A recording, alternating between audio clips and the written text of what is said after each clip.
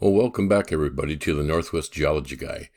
This is Scott, and I just wanted to go back here and take a look at the earthquakes last night. Today's date is 6/23/2019, and we had a 5.6 earthquake down here in Petrolia, California. It was 9.4 kilometers deep. We also had some activity up here on the Blanco fracture zone and a couple quakes here on the subduction zone. Kind of strange behavior to happen in quite seismic area, but it's weird activity that it happened kind of all within 24-hour period. I don't know. I don't know if that's telling us something or it's just coincidence, but I thought I'd come on and bring this to you. I just woke up. I was up for 20 hours last night, so I slept in today on my Saturday morning.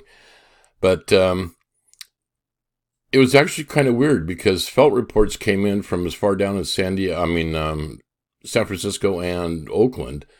But that's kind of far away to feel the 5.6. But I just thought I'd come on here and talk about it. Let's go over to this map and show you the activity over the last 7 days. The yellow is going to be more than 2 days, but it's going to show you this weird swarming effect we had last night that kind of kicked everything off. I believe we had, let's take a look. I think there's, let's take a look anyway. Kind of zoom in here. We had 11 quakes right here, kind of fire off. We had a 5.4, a 5.4, a 5.0, and some smaller 4s in here. But that's kind of odd. And one of the weirdest things, let me go back here into the other chart. Okay, let's look at the information. I stumbled on this last night, but I was just way too tired to stay up any longer. But I was going through the information on the quake, and always kind of pay attention to what they put up, because sometimes you'll miss something that's new or something different. But if you kind of scroll down through here, it comes up with, by the moment tensor, the aftershock forecast. Never seen that before on any earthquake information. But let's click on that, see what it shows us. It shows us here, it says, be ready for more quakes than usual, called aftershocks, which occurs after the main shock. When there are more earthquakes, the chance of the larger earthquake is greater, which means that the chance of damage is greater. All right, now this is telling me that they think there's a chance of a bigger quake occurring. So let's go over here. You guys can come back to this and read it if you want to read the whole thing, which I strongly encourage you guys to do. But down here, it tells you the magnitudes. And anything greater than 3 on the first day has a 55% chance of occurring. 1 week is 65%, and 1 month is 70%. So this is something we're going to have to keep an eye on for at least 30 days or so, to see if this information here might be correct.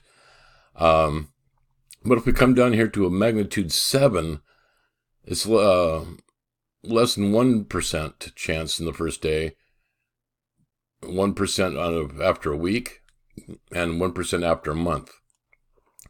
So it's low probability that we're going to get a really large quake out of this. But a 6, about the same. But a 5, we have just a slight increase. So they're not really expecting a larger quake than what we're having, but greater than 3 has a high probability of occurring. Now, let's go back over and look at the quake again. Okay, you can see down here on the bottom that it's right in this area, and it's the only quake to have occurred. Let's refresh it just to make sure. Yep, still the same quake. And we don't see any aftershocks yet, but it's not even been a full 24 hours yet. So let's keep an eye on this and see what happens to take place in this. I'm not sure how accurate this information is since it's brand new to me, but let's keep an eye on it. But let's take a look around since we're on an update here. Okay, here we go. And let's take a look at the world. Things are kind of quiet right now. Down here in Indonesia, we're only looking at 4s. Over here in Fiji, upper 4. Tonga, 4.9. This one just occurred a few minutes ago. And in this region here, it always pops off with large, or not large, but really deep quakes. Now, if you come over more to the subduction zone here, they're, let's see, that's only 16 kilometers deep. So they're more shallow alongside the subduction zone here, but come a little to the west, and you pop off with a 500 and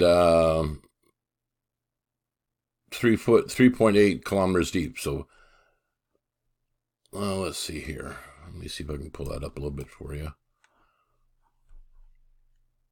Okay. Well, you can tell I just woke up too. My mind isn't really out of a fog yet.